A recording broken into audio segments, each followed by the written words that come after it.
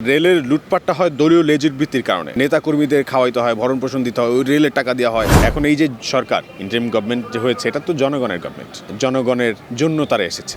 যাদেরকে এখন ওঠানো হচ্ছে তাদেরকে আবার ছাত্র জনতা দেখবেন ধরে নামিয়ে ফেলেছে। শেখ হাসিনা তো কোনোভাবে পালিয়ে গেছে, তাদের কি অবস্থা হবে আমি জানি না। যার মধ্যে ইগো থাকবে না, হিংসা থাকবে না, এবং সে সবার কথা মূল্যায়ন করার চেষ্টা করছে, নিচ্ছে। তো আমাদের তো এমন লোকই দরকার উপদেষ্টা হিসেবে। শেখ হাসিনার সময়টায় একদম গোড়ায় গিয়ে দেখি যে শেখ হাসিনা তার দলবল মিলে রেলটাকে লুটে নিচ্ছে। যখন এটা বলতে গেলাম তখনই হচ্ছে তো দেখলেন যে পরিবারের উপর দিয়ে বিপদ যাচ্ছে, নিজের উপর দিয়ে যাচ্ছে, জাতীয় ভিলেন বানানোর চেষ্টা চালাচ্ছিল তারা। অনেক রকম সংকটিত গেল। সব রকম জায়গা থেকে জানাশোনার যতটুকু আছে রেল সম্বন্ধে, আমার কাছে এখন মনে হচ্ছে যে রেলটাকে এমন একজন মানুষের কাছে দেওয়া দরকার, বা এমন একজন মানুষের দায়িত্বটা নেওয়া দরকার যেন রেলটাকে তিনি আগলে রাখতে পারেন সন্তানের মতন করে। ওই যে কেয়ারটুকু যে করেন বাবা মা, এরকম একজন লোক দরকার যিনি রেলের ব্যাপারেও ঠিক ওরকম কেয়ারটুকু করবেন। আমার কাছে সব মিলিয়ে মনে হয়েছে যে মাহবুব কবির মিলন স্যার, আপনারা দেখেছেন যে তাকে কিন্তু ওয়েসডেও করা হয়েছিল একবার। তিনি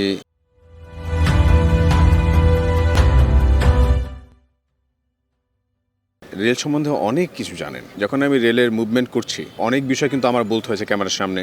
রেল সম্বন্ধে, রেল নিয়ে আমি পড়াশোনা করতে হয়েছে, জানাশোনার জন্য অনেক ক্লু প্রয়োজন ছিল। সেই ক্লুগুলো কিন্তু আমি মাহবুব কবির মিলন স্যারের ফেসবুক পোস্ট থেকে পেয়েছি। তো উনি কিন্তু রেল গুরু আমার। তার কাছে এই লোকটার গার্ডসটাকে খুব ভালো লাগে, যারা রেল নিয়ে ভাবি, রেল নিয়ে কাজ করছে এখন পর্যন্ত, এবং রেলের যারা শুভাকাঙ্ক্ষী তারা সবাই কম বেশি এই ব্যাপারটাই বলছে যে রেল নিয়ে এখন আমাদের একটু ফোকাস দেওয়া দরকার ভাই। এবং মাহবুব কবির মিলন স্যারকে যদি কোনোভাবে রিকোয়েস্ট করা যায় যে প্লিজ আপনি রেল উপদেষ্টা হন এবং তিনি যদি রাজি হন, তাহলে হয়তো বা রেলে একটা আমূল পরিবর্তন আনা সম্ভব। এই ইন্টারিম গভর্নমেন্টের সময় যদি রেলটাকে নিয়ে যদি কেউ কাজ করতে পারে, এখন তো ধরেন দলীয় কোনো লেজুর বৃত্তি নাই। সো রেলের লুটপাটটা হয় দলীয় লেজুর বৃত্তির কারণে। তো নেতা কর্মীদের খাওয়াইতে হয়, ভরণ পোষণ দিতে হয়, ওই রেলের টাকা দেওয়া হয়। রেলের যদি পরিবর্তন করতে এখনই করতে হবে। মাহবুব কবির মিলন স্যারকে অনুরোধ করা উচিত আমাদের প্রত্যেককে যেন উনি উপদেষ্টা হন। আমরা সবাই মিলে হচ্ছে তার যদি কোনো রকম সাপোর্ট দরকার পড়ে, আমরা সকল শিক্ষার্থীরা মিলে তাকে সাপোর্ট দেবো, এবং ছাত্র জনতা মিলে আমরা তাকে সাপোর্ট দেবো ইনশাআল্লাহ। এখন এই যে সরকার ইন্টারিম গভর্নমেন্ট যে হয়েছে, এটা তো জনগণের গভর্নমেন্ট, জনগণের জন্য তারা এসেছে। যে তারা জনগণের জন্য কতটুকু করতে পারে, জনগণের প্রত্যাশা কতটুকু পূরণ করতে পারে, তো আমি একটু আশাবাদী হতে চাই, আমি বিশ্বাসী হতে চাই যে তারা ভালো কিছু করবেন। আর যদি না হয়, অভিজ্ঞতা তো আছে। অস্ত্র জমা দিলেও কি আমরা কি ট্রেনিং জমা দিতে পেরেছি? অস্ত্র জমা দিলেও তো ট্রেনিং জমা দেওয়া যায় না। যাদেরকে এখন ওঠানো হচ্ছে তাদেরকে আবার ছাত্র জনতা দেখবেন ধরে নামিয়ে ফেলেছে, যদি হচ্ছে ওরকম কোনো ষড়যন্ত্রের সাথে তারা যুক্ত হয় বা লিপ্ত হয়, যদি তার দেশকে ক্ষতিগ্রস্ত করতে চায়। শেখ হাসিনা তো কোনোভাবে পালিয়ে গেছে, তাদের কি অবস্থা হবে আমি জানি না।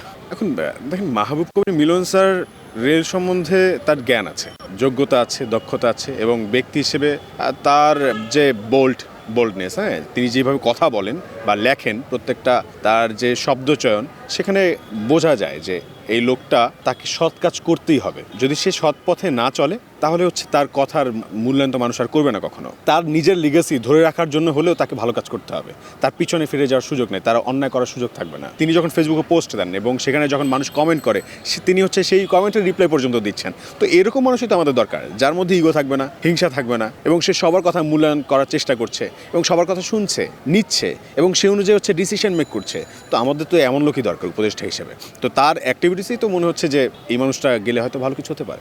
রেলে এখন যে এনআইডি যার টিকিট, তার যে নিয়মটা তৈরি হয়েছে, এবং অংশীজন সভায় যখন আমরা এই কথা বারবার বলছিলাম, যখন অংশীজন সভা ছিলাম, তখন কিভাবে করব, কি করব না করব, এটার জন্য কিন্তু আমি মাহবুব কবির মিলন স্যারের পরামর্শ নিয়েছিলাম, এবং তিনি খুব সুন্দরভাবে গাইডও করেছেন। এই মানুষটাকে এখন মূল্যায়ন করা আমাদের জন্য জরুরি হয়ে গেছে।